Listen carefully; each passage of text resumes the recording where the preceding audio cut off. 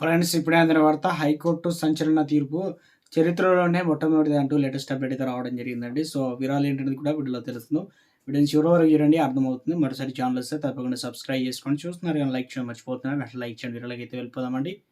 ఆలయాలు, విద్యా సంస్థలు, ఆసుపత్రుల నుంచి 100 మీటర్ల లోపు మాంసం, నాన్ వెజ్ ఆహార పదార్థాలు విక్రయించకుండా ఓ విధానాన్ని రూపొందించాలని రాష్ట్ర ప్రభుత్వానికి హైకోర్టు అనేది సూచించిందనమాట.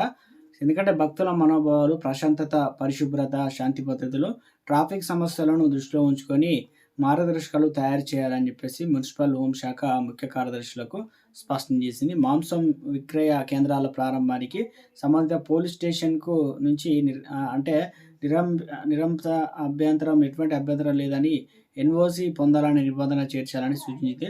4 వారాల్లోని ఈ ప్రక్రియ పూర్తి చేయాలని తెలిపింది. హైదరాబాద్ రెడ్ హిల్స్లోనూ తన వ్యాపారాన్ని జీహెచ్ఎంసీ ఖైరతాబాద్ జోన్లో deputy commissioner Nampally PS SHO అనగా అడ్డుకోవడాన్ని సవాల్ చేస్తూ మహారాష్ట్రకు చెందిన బిపిన్ రామ్దాస్ హైకోర్టులో రిట్ పిటిషన్ దాఖలు చేశారు. దీనిపైన జస్టిస్ విజయసేనారెడ్డి విచారణ చేపట్టారు. వాదనలు విన్న న్యాయమూర్తి ఈ అంశంపైన మార్గదర్శకాలు అయితే రూపొందించాలని ఆదేశాలు అయితే జారీ చేశారన్నమాట.